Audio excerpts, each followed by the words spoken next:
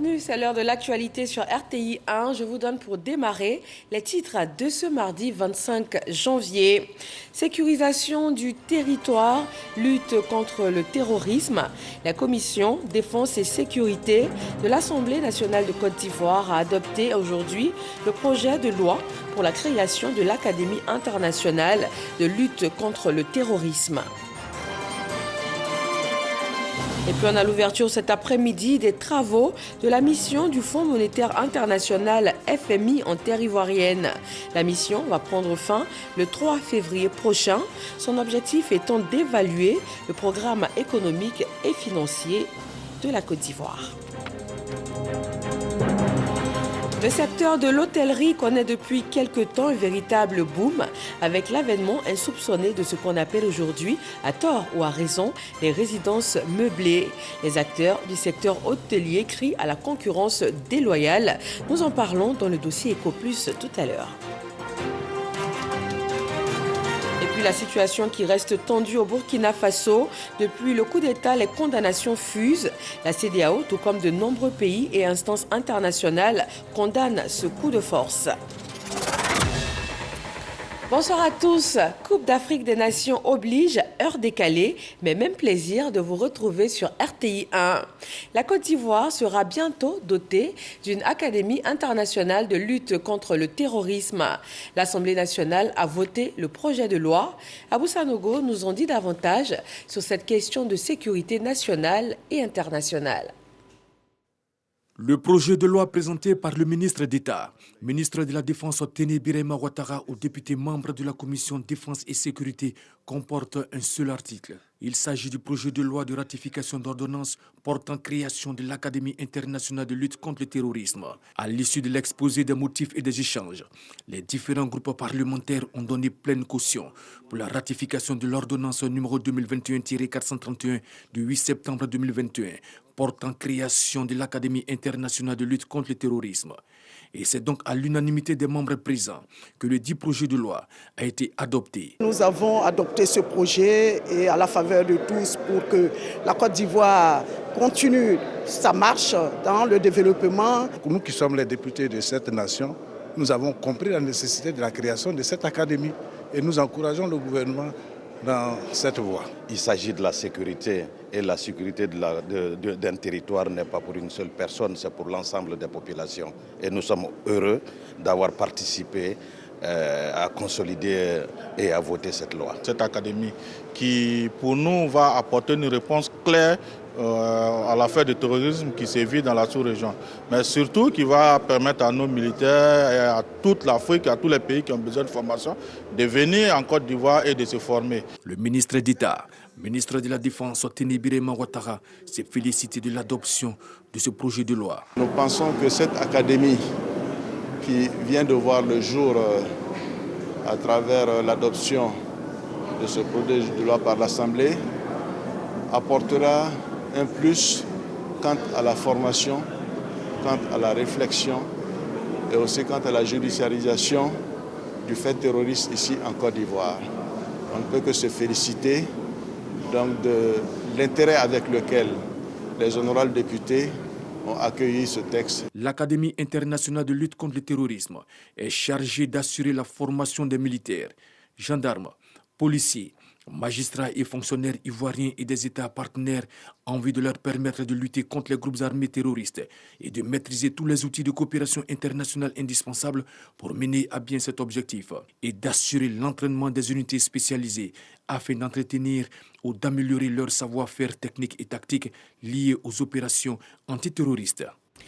Et je vous donne maintenant lecture d'un communiqué du CESEC, le Conseil économique, social, environnemental et culturel, en présence du président de la République, son Excellence Alassane Ouattara, organise sous la présidence du Dr Eugène Aka Awele, président du Conseil économique, social, environnemental et culturel, la rentrée solennelle de sa 13e mandature le jeudi 27 janvier 2022 à 10h au siège de l'institution sise au plateau.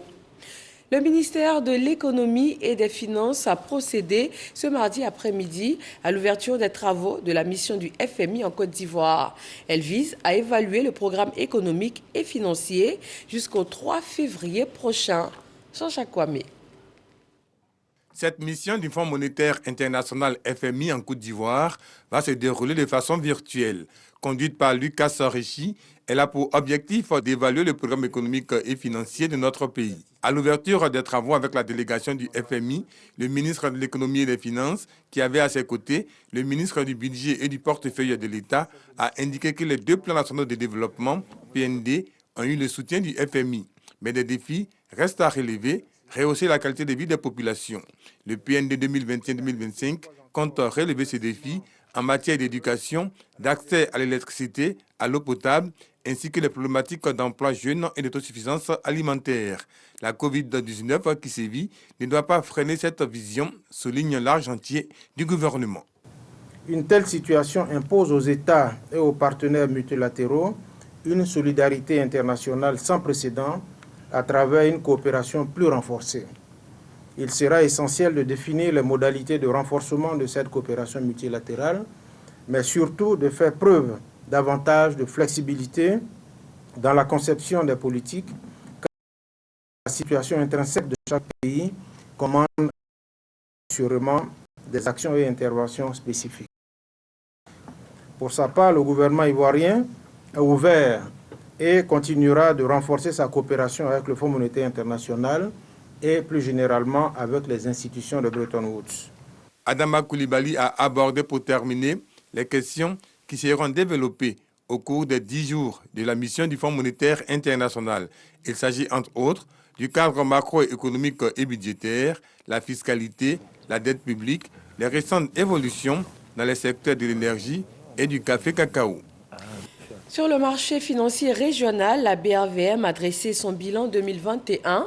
Au 31 décembre dernier, la capitalisation boursière s'élevait à 6 085 milliards de francs CFA, soit une hausse de 39% par rapport à l'année précédente, et cela en dépit de la persistance de la crise sanitaire.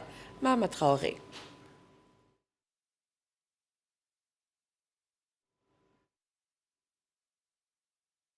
Malgré la persistance de la pandémie, les marchés financiers, les marchés boursiers particulièrement, semblent presque tous à la fête. Ce vent de fête a aussi soufflé sur la Bourse régionale des valeurs mobilières, BRVM, marché financier régional des États de l'UEMOA. La bonne santé de ces indices le confirme.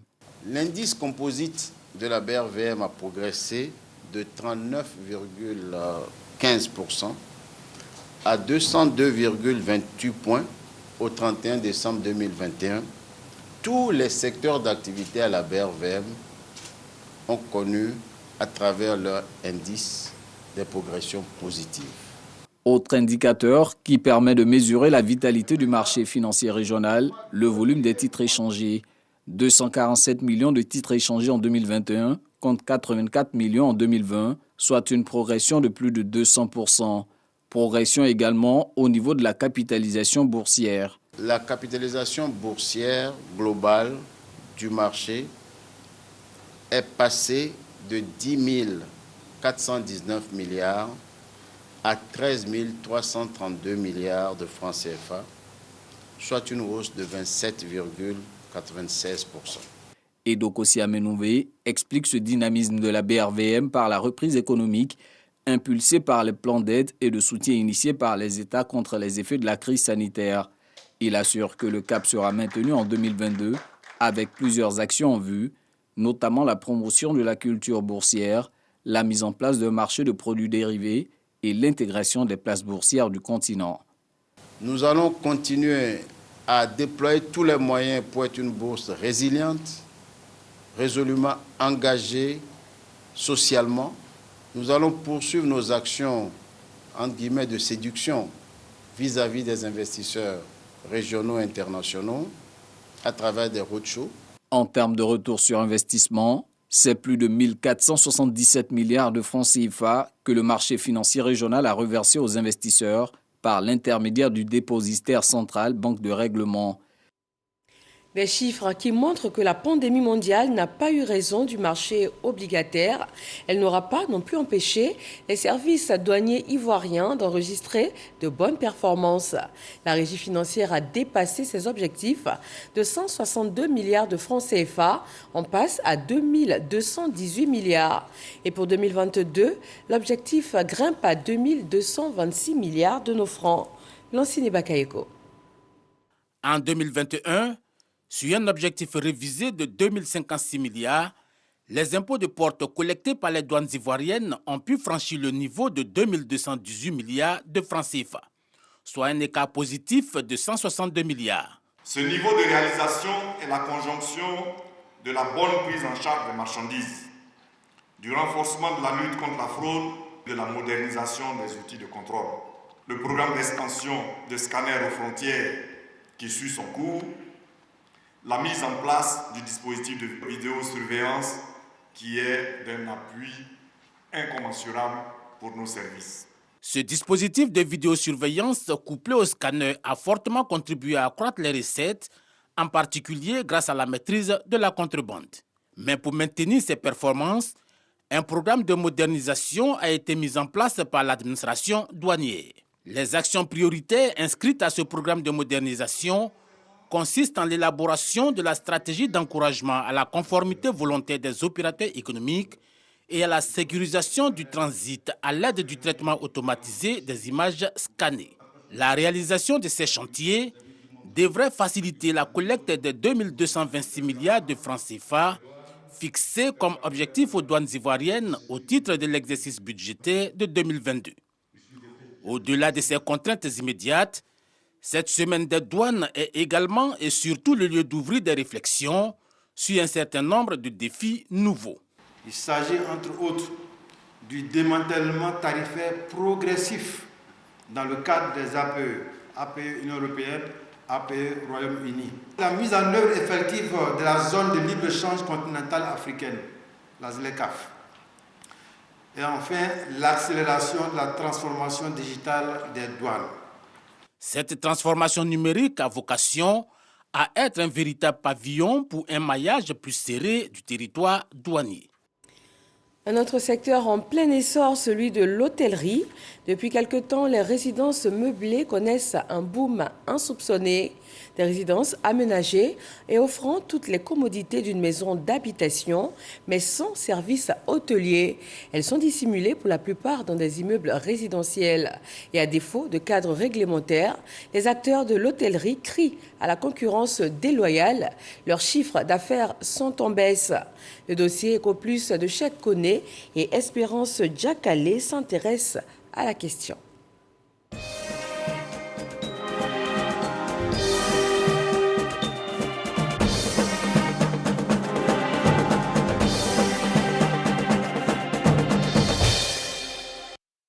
Commune de Cocody, quartier Angré. Tous les matins, c'est le même rituel. Patrick Conan arpente au pas de course les marches de cet immeuble abritant ses bureaux. Bonjour. Comment vous allez? Le studio Pont sera disponible à la 2 pièces au premier étage, 3 pièces à la CGK. À 40 ans révolus, Patrick est à la tête d'un groupement d'entreprises dont l'activité phare est la location de meubles de ville, abusivement appelée résidence meublée.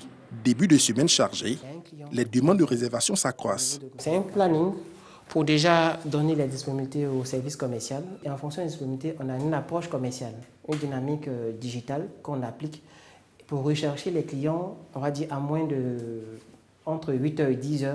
Depuis 4 ans que Patrick a flairé ce business, il ne s'en passe plus.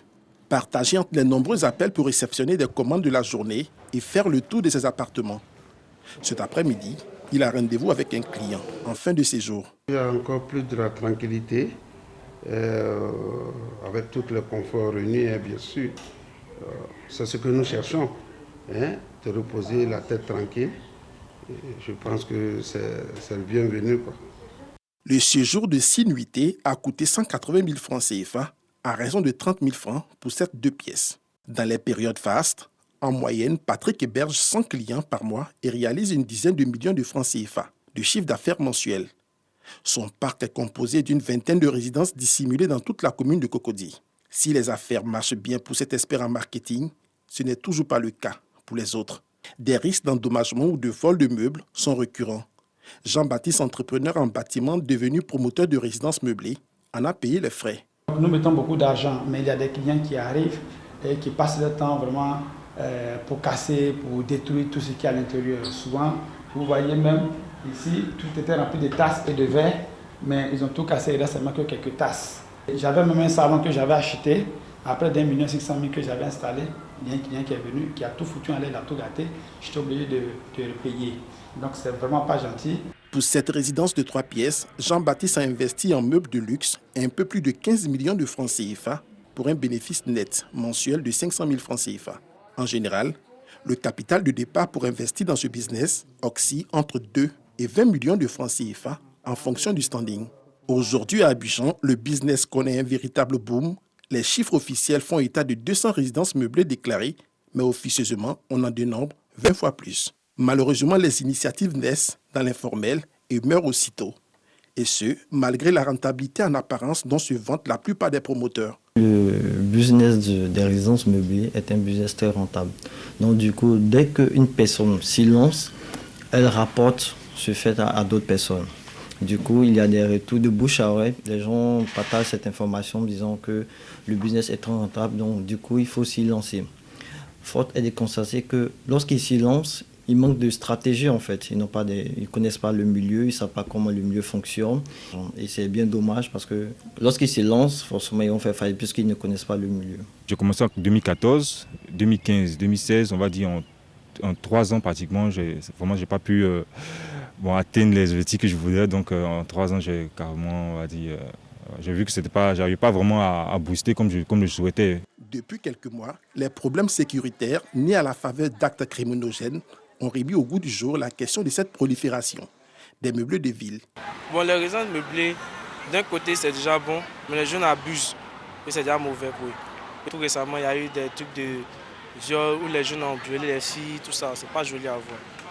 Pour ma part, les résidences meublées sont d'abord bonnes parce que la maison est déjà équipée, il y a tout bon. On n'a pas besoin de fournir d'autres efforts. À ce risque sécuritaire s'ajoute le problème de la concurrence faite aux nombreux types de services hôteliers. Il est forcément négatif puisqu'ils ne payent pas d'impôts en général. Les meublés de ville ne payent pas d'impôts. Donc quand on compare les tarifs, on pourrait avoir le sentiment que les résidences hôtelières sont beaucoup plus chères. Alors qu'en fait, non, si vous n'avez aucun impôt à payer, si vous ne déclarez pas le petit boy qui vient faire le ménage de temps en temps, vous n'avez pas de gardiennage, vous n'avez pas de sécurité, c'est clair que nous ne pouvons pas être comparés. Vous ne pouvez que nous faire du mal, alors que nous avons une trentaine d'employés directs ou indirects sous notre responsabilité. Une concurrence déloyale considérée aujourd'hui comme une bombe à fragmentation pour les hôteliers. Il existe pour ces meublés-là une taxe qui s'appelle la taxe sur les locaux loués en garni. Elle existe, elle doit être prélevée par les mairies. Malheureusement, elle ne l'est pas. Et qui plus est, certaines mairies nous demandent à nous, résidences hôtelières, de payer cette taxe-là, en plus de tous les impôts que nous payons déjà. Et c'est là que la catastrophe arrive. Il y a 2 poids 2 mesures actuellement sur le terrain. Si l'État joue sa partition et que les collectivités jouent leur partition, on va se retrouver, vous allez voir, qu'on va se retrouver sur un tableau où ça sera de la concurrence commerciale, mais pas la concurrence déloyale. Au ministère du Tourisme, la question est traitée avec attention afin d'y mettre de l'ordre. Il ne faut pas continuer à fonctionner de cette façon. Bien que, évidemment, il y en aura toujours quelques brebis galeuses qui vont continuer mais en tout cas, la majorité qui sont connues et tous ceux qui font la publicité gratuitement sur les plateformes, évidemment, vont être poursuivis et traqués pour qu'ils se mettent soit en règle, soit fermés. Une direction de la sécurité touristique vient de voir le jour afin de traquer tous les promoteurs de meublés de ville ou encore de résidences meublées qui ne respectent pas la réglementation en vigueur. Boom ou bombe, le secteur des résidences meublées est en tout cas en plein essor, mais il reste à être mieux encadré. Dans le domaine de la protection sociale, le Gabon s'inspire du modèle ivoirien. Une délégation gabonaise est en terre ivoirienne pour voir de plus près comment le pays a réussi à rendre fort ce secteur avec des réformes impliquant relais et partenaires sociaux. Franck Quadio. Les partenaires sociaux de la Caisse des pensions et des prestations familiales des agents de l'État gabonais en Côte d'Ivoire pour une séance de travail. Salle de conférence de l'IPS Ségrae à Cocody, la problématique des questions de protection sociale à l'échelle du Gabon est expliquée. Nous sommes au Gabon dans un système de retraite par répartition. Il faut remarquer que de plus en plus, nous devons aller vers un système où l'État recrutera de moins en moins de fonctionnaires et les retraités ont de plus en plus une expérience de vie plus longue. Voilà, dans ce cadre-là, il faut envisager de nouvelles formes de financement du secteur de la protection sociale. Voilà, c'est dans ce cadre-là que nous sommes. La réforme s'impose et le Gabon, depuis 2018, affine sa politique sociale. Cette mission de travail vient s'imprégner de l'exemple ivoirien pionnier en la matière. Le pays, depuis 2012, s'est engagé à des réformes. Et le modèle ivoirien est d'autant plus intéressant que cette réforme s'est faite en Côte d'Ivoire de façon inclusive, en incluant à la fois les partenaires sociaux, l'État, et montrer en fait que dans toute cette approche-là, nous avons une convergence. C'est l'expérience de Côte d'Ivoire, une expérience qui est parlante, qui nous a incités à venir ici.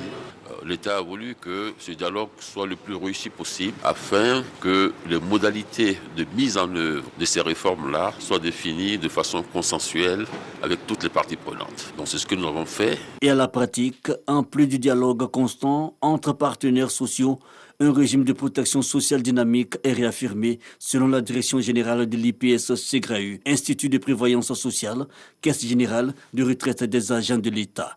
À la date du 31 décembre 2020, on notait plus de 200 milliards de francs CFA de prestations servies à 93 758 bénéficiaires. Cette mission de travail de 4 jours prend fin le 28 janvier 2022. Une équipe de l'université Jean-Laurent-Guédé de Daloa s'est rendue à la mine d'Iti, c'est dans la sous-préfecture de Zouaounian. Une convention existe entre les deux structures pour la protection de l'environnement, avec notamment des projets de création d'une zone de production d'alevin de poissons endémique au fleuve Cavali. Franck Wadio. Une délégation conduite par la présidente de l'université Jean-Laurent-Guédé de Daloa à la mine d'Iti pour constater les actions environnementales entreprises par les équipes de l'université sur le dit site.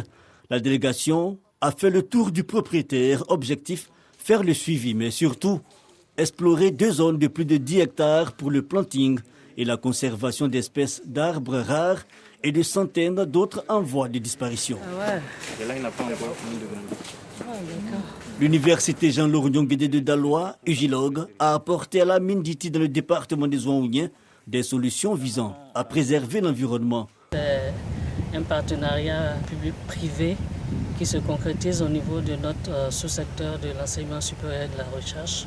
Nous sommes déjà au cœur de l'action, de ce que demande la tutelle, à ce que nous puissions voir nos offres de formation, que ce soit en termes d'enseignement ou de recherche, que nous soyons plus proches des populations. Ces actions sont le fruit d'une convention signée entre l'Ugilogue, Université Jean-Laurent-Guédé et le groupe Endeavour Mining en 2019.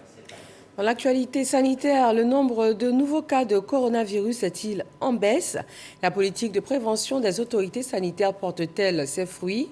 Le point de ce 25 janvier en Côte d'Ivoire.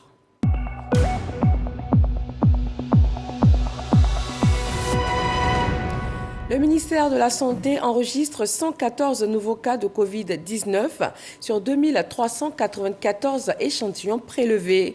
108 personnes ont été déclarées guéries et 3 décès enregistrés. À la date du 25 janvier, la Côte d'Ivoire compte donc 80 363 cas confirmés, dont 2514 cas encore actifs. 7 938 788 doses de vaccins ont été administrées du 1er mars 2021 au 24 janvier 2022.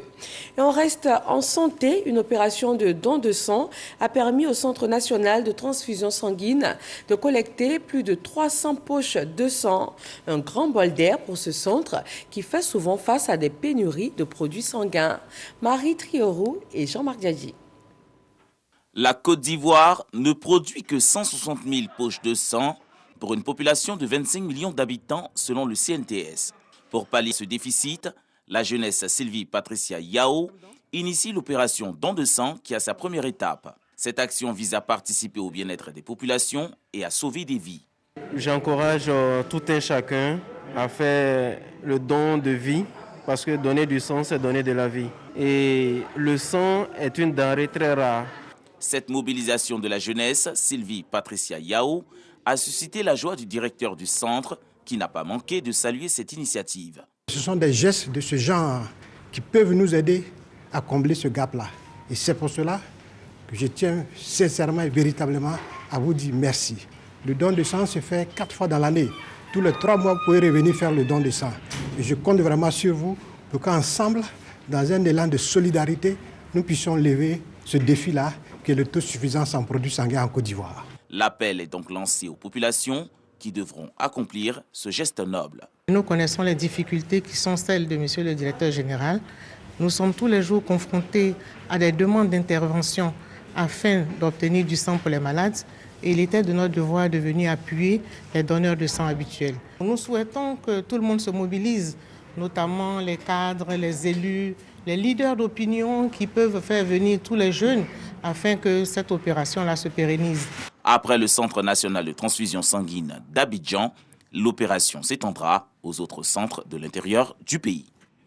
On change de tableau avec cette importante saisie de drogue à base de protoxyde d'azote par la direction de la police des stupéfiants et des drogues. Une nouvelle drogue traquée par ces hommes. 2 importateurs avaient déjà été interpellés en décembre dernier. Abou Sanogo. Des petites capsules qui contiennent du protoxyde d'azote, un gaz incolore, à l'odeur et au goût légèrement sucré, utilisé en médecine pour ses propriétés anesthésiantes, mais détourné de son usage et inhalé pur. Dans les soirées, la consommation du protoxyde d'azote s'est répandue. Les adolescents l'utilisent parce que ça a un effet hilarant. Ça les rend gais, souriants. Mais au-delà de ça, l'aspect nocif de ce médicament, c'est que ça entraîne des pertes de connaissance, des troubles neurologiques et cardiaques. Et même, ça entraîne également l'asphyxie et mort d'homme. Donc c'est du gaz que les adolescents pompent dans les bonbonnes et ils mettent à la bouche, ils aspirent le gaz. Les tenanciers de ces espaces vendent ces bonbonnes-là entre 70 000 et 65 000 francs. Face au danger qu'ils représentent, la direction de la police des stupéfiants et des drogues a engagé des recherches pour démanteler les réseaux de vente de cette nouvelle drogue. Ainsi, le 28 décembre 2021, une perquisition est effectuée à Cocody-Angré, dans un espace. Résultat, 333 capsules, 152 bonbonnes de gaz, 91 ballons gonflables, saisis et 2 interpellations. Et une autre saisie, effectuée le 14 janvier 2022, et qui a permis de mettre la main sur 152 capsules, une bonbonne de gaz et 149 ballons gonflables. La directrice de la police des stupéfiants et des drogues appelle les parents à sensibiliser leurs enfants sur la dangerosité de ce gaz et met en garde ceux qui pensent pouvoir trouver en Côte d'Ivoire un nouveau marché du dit gaz. Il faut que chacun à son niveau attache la ceinture. L'éducation, c'est une affaire de tous. Ce n'est pas seulement une affaire de gouvernants. Que les parents fassent des revues de chambres des adolescents, des revues de sacs d'école des adolescents. Et l'argent de poche qu'on donne aux enfants, ça ne veut pas toujours dire qu'on aime nos enfants. Donner beaucoup d'argent aux enfants, voilà comment l'argent est utilisé. Les enfants sont aujourd'hui en quête de sensations fortes. Les 2 importateurs interpellés ont été déférés devant le parquet pour répondre de leurs actes. Et cette lutte contre les stupéfiants continue. Le village de Mahalé, dans la région de la Bagoué, est maintenant connecté au réseau électrique national. La mise sous tension du village permet déjà à ses habitants de rêver plus grand, notamment pour le développement de leurs activités économiques. Soro Corona. Mahalé, village peuplé de 1500 habitants dans le département de Koutou. Mahalé répond aux critères de la politique qui vise à électrifier les villages peuplés d'au moins 500 âmes. La connexion officielle de Mahalé au réseau électrique national a donné lieu à un rassemblement des filles et fils. Les porte-parole des populations traduisent leur reconnaissance à l'artisan de cet outil de développement, le président de la République Alassane Ouattara. Plus qu'un outil de développement, l'électricité offre des opportunités d'emploi aux jeunes et de création d'activités génératrices de revenus. Merci au président de la République qui grâce à sa politique de développement, on a eu accès à l'électricité. Ça va apporter beaucoup de progrès, surtout au niveau économique. Parce que maintenant, ça va permettre à la jeunesse d'être épanouie et les femmes, pareil. Ça va apporter le développement. Le ministre Bruno Kone, parrain de cette cérémonie, est revenu sur les acquis de la région de la Bagoué en matière d'infrastructures de développement. Des réalisations qui ont changé le quotidien des populations. L'électricité, c'est quelque chose qui contribue au développement, à l'accélération de l'économie. La Bagoué aujourd'hui est au-delà de 90% de taux d'électrification. Nous assurons, le chef de l'État, nous assurons le Premier ministre Patrick Gachi de notre soutien dans leur œuvre nationale de développement. La région de la Bagoué connaît un développement harmonieux ces 10 dernières années. Avec une dizaine de villages électrifiés avant 2010, la région compte 161 localités connectées au réseau électrique national aujourd'hui. Et on se rend dans le Bassa-Sandra pour la rencontre du Bureau national de la prospective et de la veille stratégique avec le ministre-gouverneur Philippe Légré. Ensemble, ils ont évoqué les projets à réaliser en faveur des populations des 3 districts. Le commentaire de Kolo Koulibaly. Le ministre-gouverneur du Bassa-Sandra est dans une posture d'anticipation. Au moment où il démarre sa mission, Philippe Légré veut ressortir tous les points capables d'impulser le développement. Pour ce faire, il s'appuie sur l'expertise du Bureau national de la prospective et de la veille stratégique. Une direction du ministère du Plan pour mettre à jour toutes les données et élaborer une stratégie 2040 du district autonome du Bassa-Sandra. Nous avons suffisamment échangé sur les stratégies à mettre en place, l'organisation à mettre en place pour donc permettre au district du Bassa-Sandra d'évoluer dans le bon sens.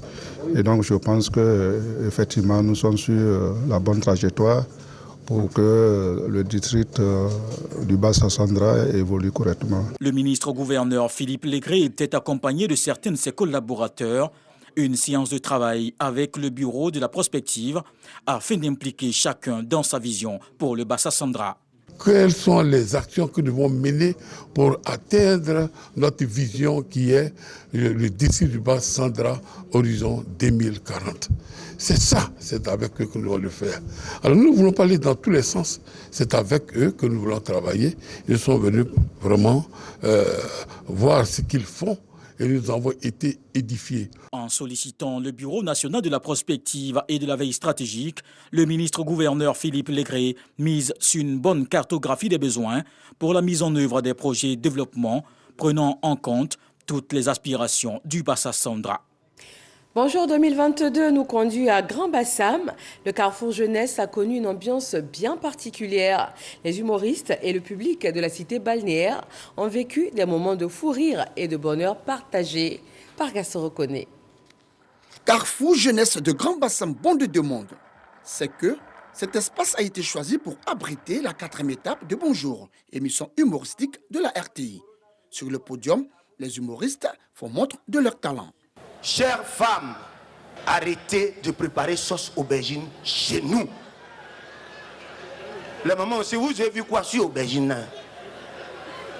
Tous les jours, non, aubergine là, ça fait grandir. Bon, on a grandi, maintenant on est grand. On est grand. Et puis toujours aubergine.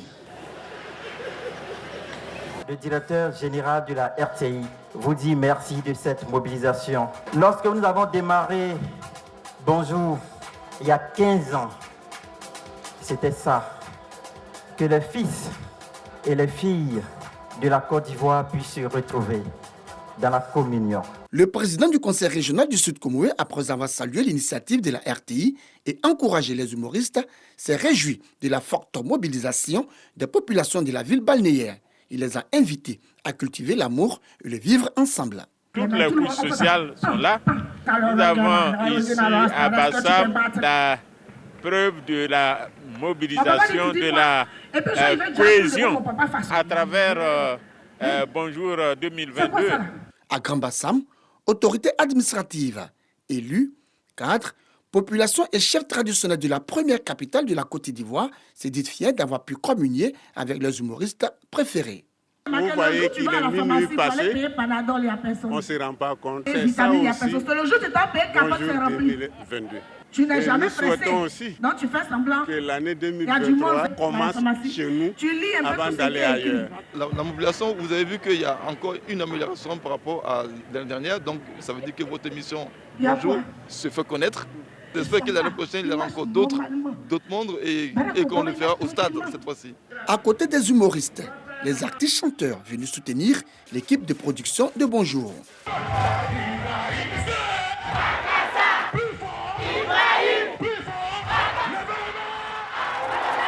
Juste après les cours, nous sommes venus ici, ça nous a permis de déstresser, d'échanger des temps encouragés. De la main, j'ai joué là, je n'ai jamais joué comme ça, donc je suis très content, ça s'est bien passé, j'ai bien ri, ça n'a qu'à se répéter encore. Je les connais, ils ont été bien, très formidables, là j'ai apprécié, puis ça se répète, je dis aussi merci à la RTI qui fait tout, et quand ils viennent, ils mettent encore du paquet.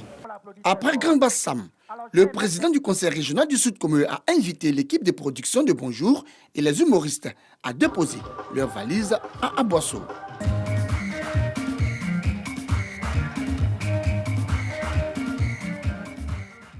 Sur la scène internationale, la situation reste tendue au Burkina Faso. Depuis le coup d'État, des condamnations fusent de partout. La CEDEAO, tout comme de nombreux pays et instances internationales, condamnent ce coup de force. Alexis Ouedraogo.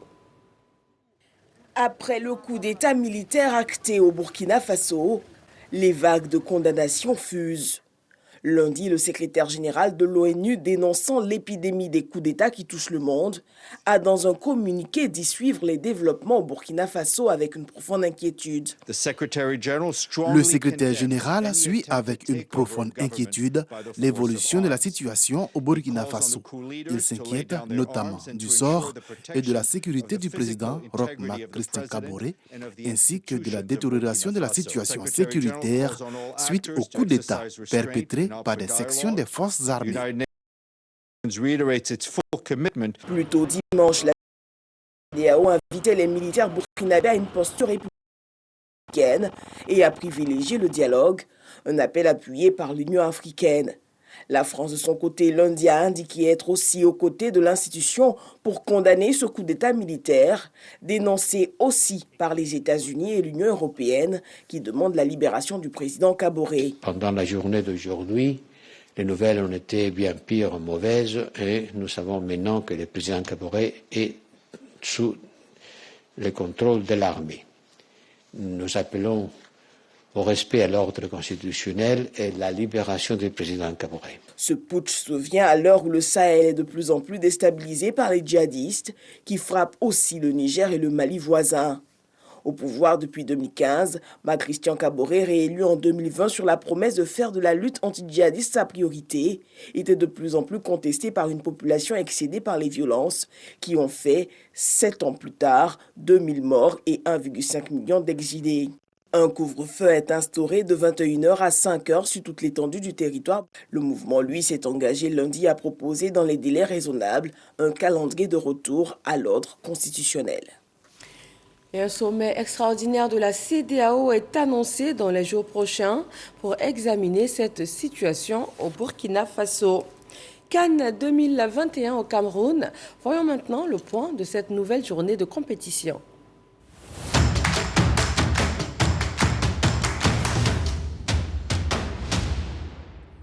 Ce mardi, le Sénégal défiait le Cap-Vert pour le compte du 5e huitième de finale. En supériorité numérique face aux requins bleus, réduits à 9, les Lions de la Teranga se sont imposés 2-0 grâce à des buts de Sadio Mané et de Bamba Dieng. Arsène Kouassi et Sojan. Gagner afin de chasser les doutes nés du premier tour, c'est l'ambition du Sénégal à l'heure de rencontrer son voisin capverdien. Un match que les Lions démarrent bien à l'image de la frappe de Sadio Mané, mais l'attaquant de Liverpool voit sa tentative repoussée par le poteau. Ultra dominateur, les vice-champions d'Afrique ne relâchent pas la pression. Conséquence, Patrick Andrade est contraint de laisser ses partenaires à 10 suite à un tacle jugé agressif, selon l'arbitre. Malgré cette infériorité numérique, les Capverdiens résistent jusqu'à la pause. En seconde période, les Lions du Sénégal repartent sur les mêmes fondamentaux et pousse à nouveau les requins bleus à la faute avec un second carton rouge. Désormais à 11 contre 9, les hommes d'Aliou Cissé profitent des espaces pour faire la différence grâce à Sadio Mané. Après l'ouverture du score, la suite du match est toujours en faveur des Sénégalais qui se rassurent grâce au deuxième but signé Bamba Dieng. Score final 2-0. Le Sénégal décroche son ticket pour les quarts de finale. Le Maroc, de son côté, a largement dominé le Malawi malgré un but surprise des Flammes en début de rencontre. Score final 2-1. Ce succès ouvre aux Lions de l'Atlas les portes des quarts de finale où ils vont affronter le vainqueur de la rencontre Côte d'Ivoire-Égypte. Leader du groupe C, le Maroc veut confirmer son statut de favori face au Malawi, qualifié comme meilleur troisième. Les Malawites sont les premiers à se signaler dans cette rencontre avec l'ouverture du score signé Gabadinho Mango.